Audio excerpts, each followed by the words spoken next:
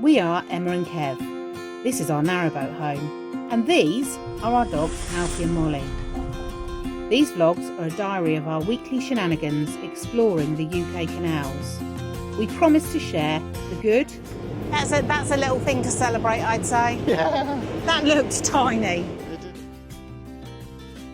So the guy on the boat behind has now got a chap standing on the bow of the boat with his arms folded. And the silly. Oops, sorry. Huh? Yeah. Would you go in or you stay? Should I stay or should I go now? So why not join our midlife crisis boating adventures?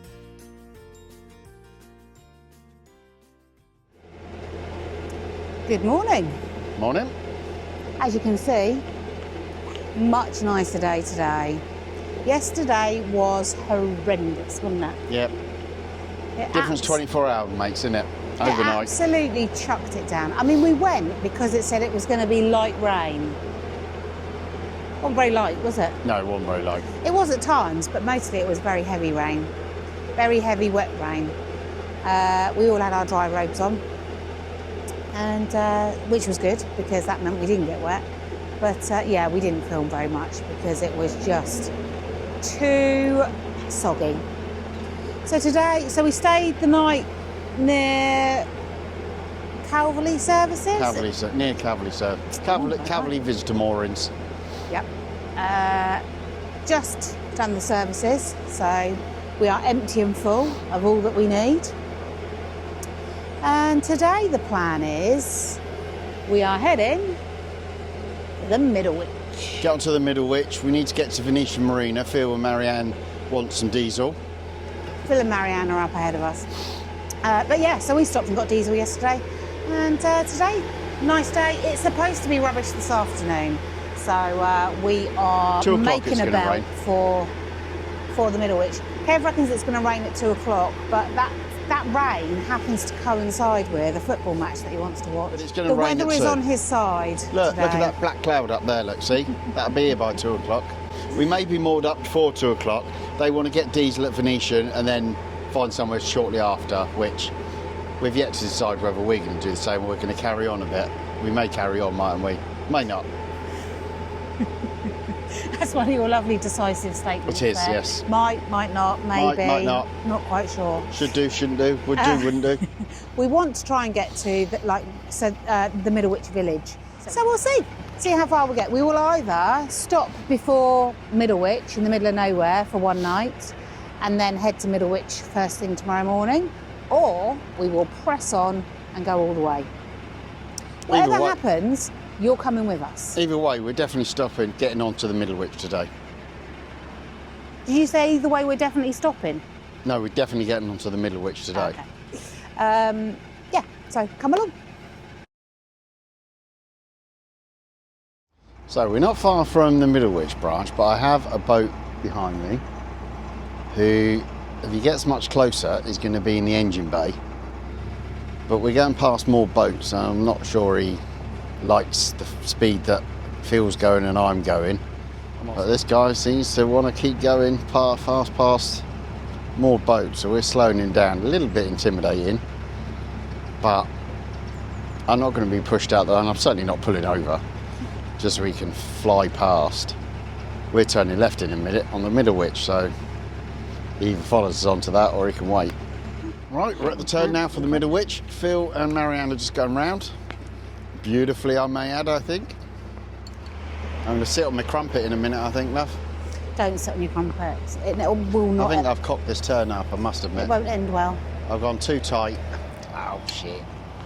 Yeah, hit the side. You're under pressure. Under pressure. Go back. No,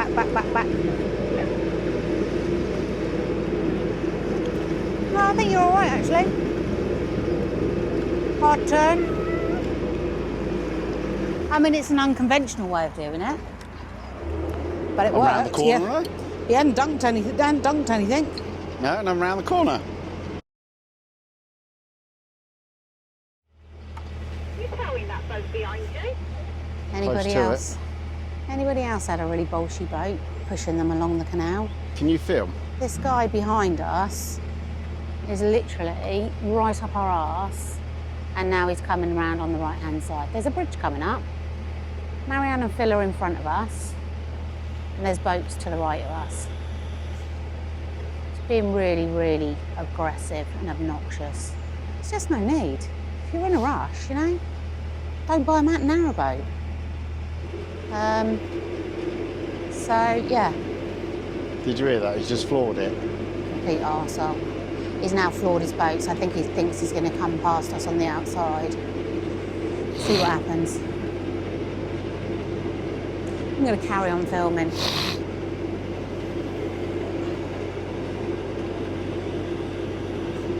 Like I say, Marianne and Phil are ahead of us, and there's a bridge ahead of us, so I'm not quite sure how he's going to get past and get through the bridge.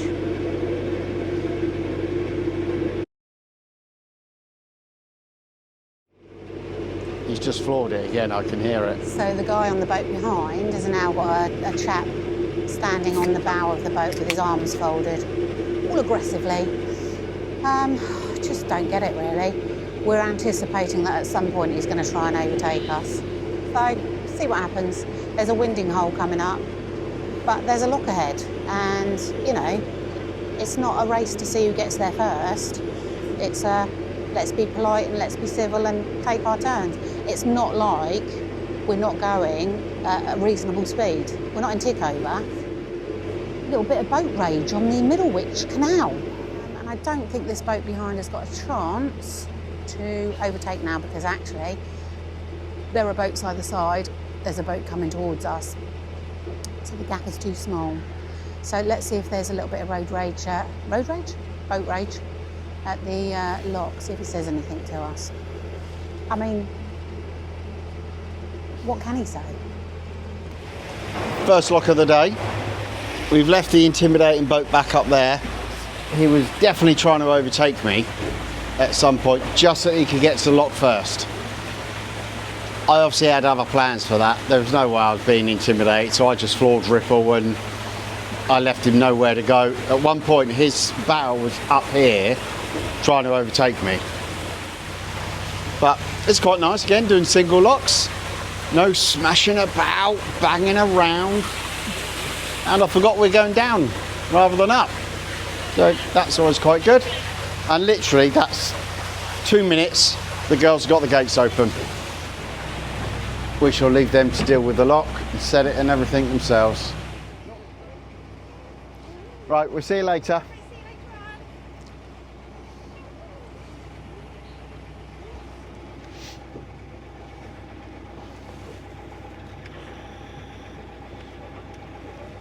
So we're hoping that our aggressive friends do the lock and then find somewhere to moor up, to be honest with you. But we'll see. Let's see if they make a reappearance like a bad-tempered swan hanging around the tiller. But yeah, back on the Middlewich.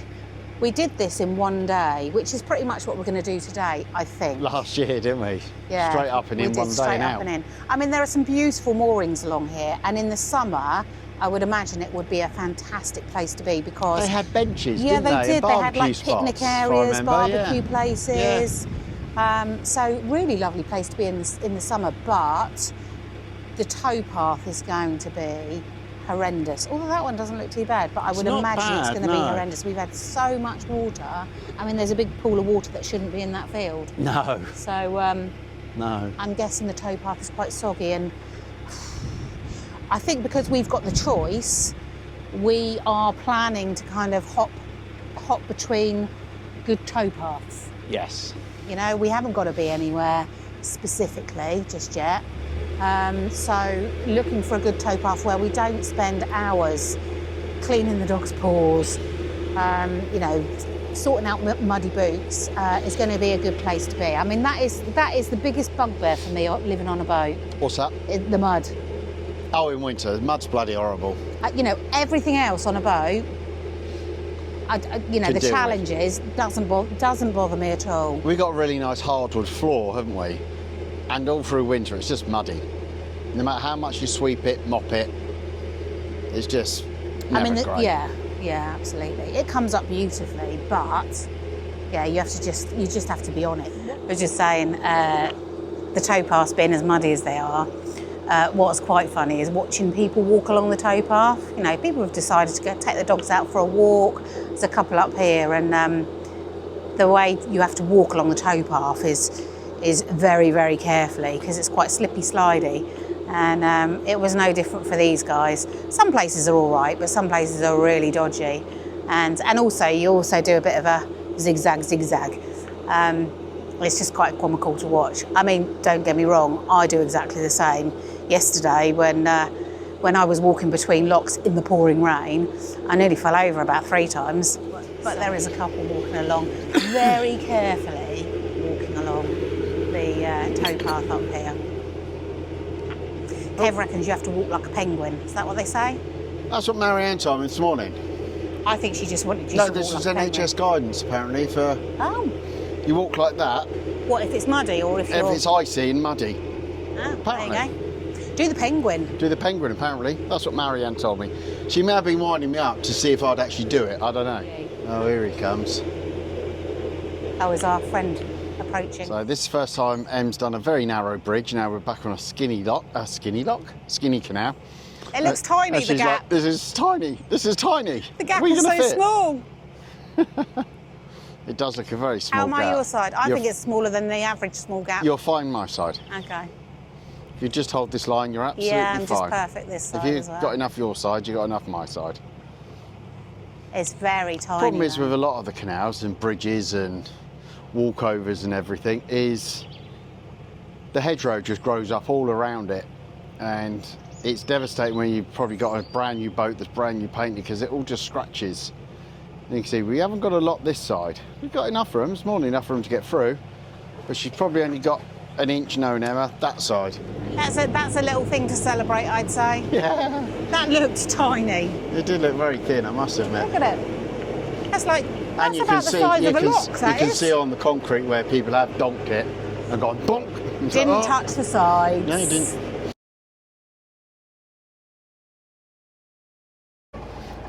Right, so we're at the next lock. Em's just walking on to hopefully go and set it. I'm kind of hoping that we passed a boat a little while ago that went up through that other lock that was we waited for. So hoping that this one's sort of set. No, she's winding paddle, so it's not set. I'll just hover here for 5 minutes. It's a that's the beauty of the single locks, is they just don't take too long to set, as opposed to a double lock, which just seems to take forever. These ones are fairly quick. No, she's going over both sides, so it's probably emptied. A lot of them do, even if a boat's come up. We've seen it before. Was it Oxford, I think? Might be on the Middlewich, where a boat has come out, literally, and you've passed them just as you're pulling over onto the lock landing. You think, that'd be open, that'd be set in your favour. You go and open it, and it's pretty empty, because the bottom gates are all leaky. It's filling quite quickly, and we do have our stalker boat back with us. What I'm going to do is slow the boat down, let it drift in. I'll join you back in a second. Pups, move.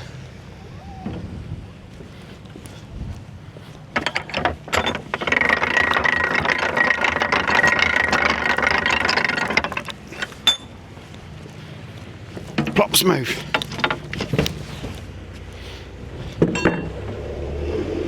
That's how to do it. Yeah. So there we go. What I did then was Em set the lock for me. Because we're already high in the water and I can walk about the lock, I jumped off, closed that ground paddle while she closed the gate. I jumped back on, got the boat back in the lock a little bit, walked forward, opened my front paddle, leg it back, control the boat, then Em's all got to do is open the other paddle, and we're going down quite quick now. Just saves a lot of time. I do love that view, and I know some people don't, and it's a bit kind of like, oh my God, that the whole canal that we've just come down is being held back by that one gate. I'm not sure my mum would like being on a boat in a lock like that. I think she'd panic. How's she doing that? She must have help, because both those gates have just opened. Okay, the young guy from the boat behind's come to help, blimey. As I said, they might be lovely people and they just don't think anything of sitting on someone's tail. Guess kettle could go on now then, couldn't it? Want a cup of tea? Love one, please. Good idea. Let's have a cup of tea. You don't just say it. Can I have a cup of tea? I did put the kettle on, to be fair, and then the lock arrived, so I had to turn it off again. So Well, you I were shall going to go. make one for the lock, I was. I just said I was going to make you a cup of tea before the lock, so I'm going to go and finish off your cup of tea. but the lock was a quarter of an hour ago and you've forgotten. Bullshit. So last week we made the announcement that obviously we're selling the boat, and this week we've kind of made a decision, haven't we? Yes. We've decided to sell the boat privately. We spoke to a few marinas, brokers, and what we want to do is stay on the boat for as long as possible. And actually, we'd quite like to show people around the boat. I know that people are probably wary of buying privately just because of the unknown, isn't it? And it's a lot of money. I think there's been so many boats over the years that have been up for sale for a fair chunk of money. The new owners have transferred the money, gone to get the boat and it's gone. If anybody wants to know the kind of the history of the boat for the past 3-4 years, just need to watch our channel. It's been lived on. You've got a lot of continuously. videos to go and watch. Yeah. No, you haven't, honestly. But we are going to do an updated selling kind of boat tour, and a little kind of, letting people know what it's all about and what we've got and how it works for us. And I think another reason why we want to sell it privately is we know what we want for it. If we sell it via broker, they then chuck a load more money on top of that. So ultimately, the people that are buying it are probably spending an extra 5, 7, 8 grand more than they need to. Yeah. Which, to me, I know it's a business and it's their job and that's what they want to do. And they take a lot of the hassle out of things for you, don't they? You know, But, just don't want to rip people off on it. So that's Yeah. another reason to do it privately, isn't it? Is to try it like that. If it doesn't sell, obviously then we'll go to a broker, because, there'll be a point at which we kind of have to kind of head back home and maybe leave the boat with a broker to sell. But Yeah. we kind of would really like to stay to the bitter end, wouldn't we? I would like it that someone comes along, falls in love with the boat as much as we did and love her as much as we do and have as much fun and pleasure out of her that we do. But rather than like a marina, they go, yeah, there's your boat, see you later, off you go, you've got 2 weeks, get out the marina. We'd rather do a really good handover. Whoever buys it stays on it for the weekend with us. We go out cruising, I go over the whole engine, the electric, everything with them, so that they're happy. We want someone to buy it and go away and go, this was brilliant. This was the best thing I ever did, like I did 4 years ago. Yeah. And then like when you join me full time on the boat, we want someone to have that same experience. So watch out on Facebook and what have you Insta. for an Insta for the video tour and the details, and we will document it all and then let everybody else know If who's the new owners are happy for it to be documented. Well, we don't need to say who it is. No, we don't need to say who's true, buying very it. true. We can still document the journey of it, can't we? This is very true. So I'm sure you can see coming through the bridge up here is our friend, the Narrowboat in a Rush. It kind of reminds me a little bit of that film, Jewel. Do you remember? I think that was Steven Spielberg's debut film directing. You know, where the trucker, there's a guy, isn't it? He's a salesman and he's travelling across, is it a desert in America? Like Arizona or somewhere like that. And a big old truck just keeps harassing him and trying to We've ram got about him 6 dots yet. and stuff Don't like think that. I'll hold him off for 6 dots. They haven't tried ramming us, but you just feel that pressure. And they're back again, like that truck does in the movie. You think it's gone, and then all of a sudden, pops back up again. Let's see how far we get before we have to let them go past, because you know what, we're on quite a long stretch now before the next lock. And if he starts getting right up our arse, then I think we'll just go, do you know what, go past. So imagine in the summer, it is rammed on here. Yeah, you'd have thought so. But there's nothing here, is there? That's the only thing. Well, actually, there was a sign back there. There's For a pub around here somewhere. So this would be a good place to moor, but we're pressing on. Unless, you know, we get harassed by Jewel behind us. Which I may just pull over at some point if he keeps catching me and annoying me. Yeah, the single locks, the narrow locks are quick enough to go through, aren't they? And we've only got one left, so. I just didn't want him to get in front of us and Phil. Yeah. You know? And also, there was a bit of a point to be made as well, wasn't there? Yeah, you know? there was, to hold my light. Because the Actually, amount of times he tried to overtake me. I would imagine that if that's the way that he behaves, he's done it to other people, and maybe some other people haven't, you know, have felt that they ought to pull over. I mean, I don't know, how do you feel about it? Is it, you know, should we be pulling over and letting him go past? I mean, there wasn't really a safe place to let him come across. No, there wasn't. There would be now. Even if there was, I potentially. wouldn't have done. At that point. Let's see how opinions divided. Should you let someone go past if they want to get past you? Or not? If I decide to let him go past, I will say, I thought I'd let you go past because you've seemed determined all day to get past us by sitting on our stern. Kev don't tolerate it. Or I'm just going to dig my heels right in and not let him get near me.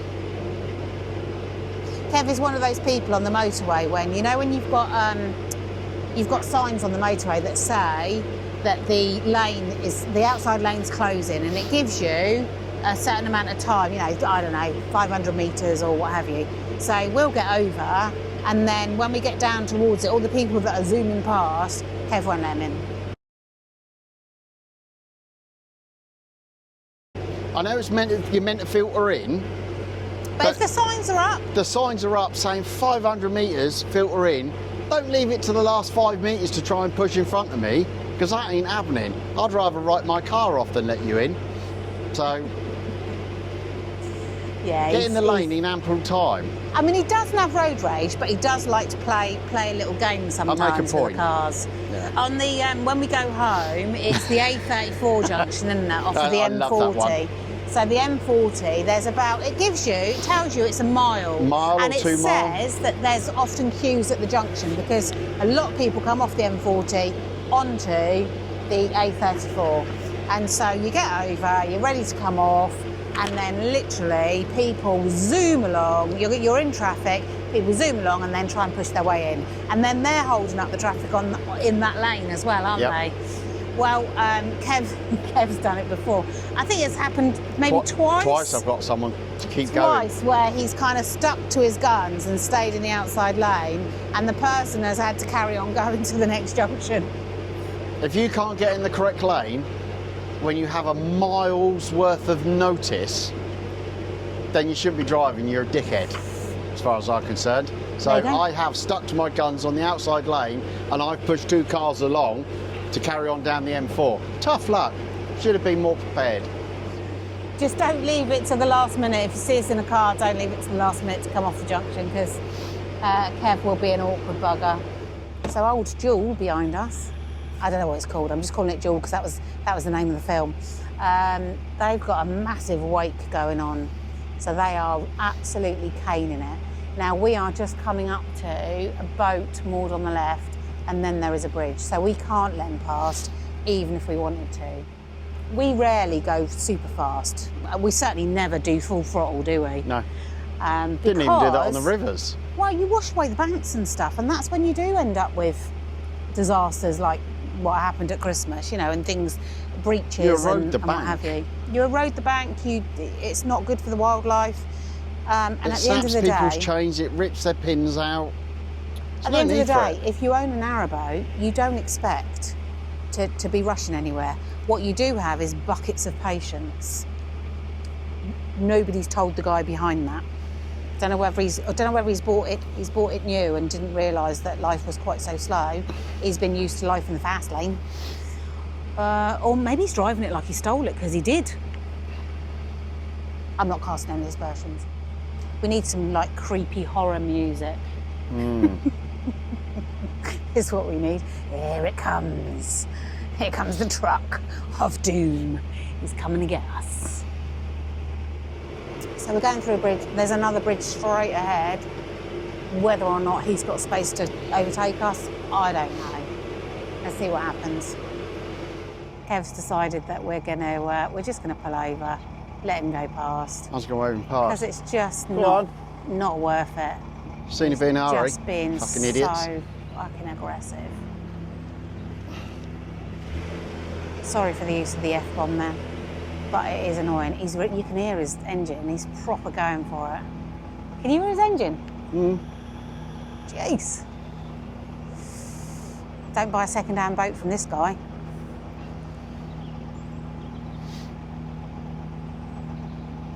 But he needs to make it past us before the bridge. Yeah, he's just coming up to us now. Here he comes. Poor engine. Anyway, let him go on his merry way.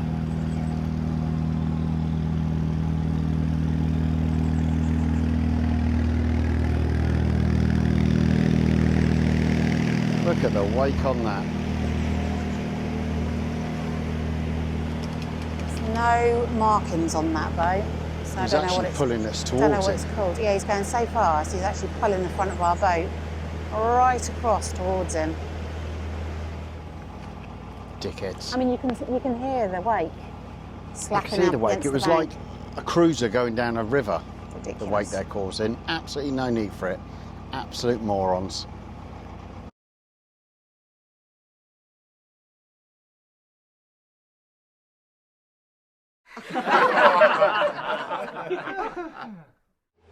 It was £1 a litre, yeah, really cheap. That was the boat hire place, wasn't I it? was bending down doing my shoelaces just in case you thought Phil got lucky. I was wondering. I'm just going to say we're filming. We got that. Oh yeah, you got one. We're filming at the moment, and the camera's right next. The mic's right next to the camera, so That's that's going in the vlog. bloopers. That's recording now.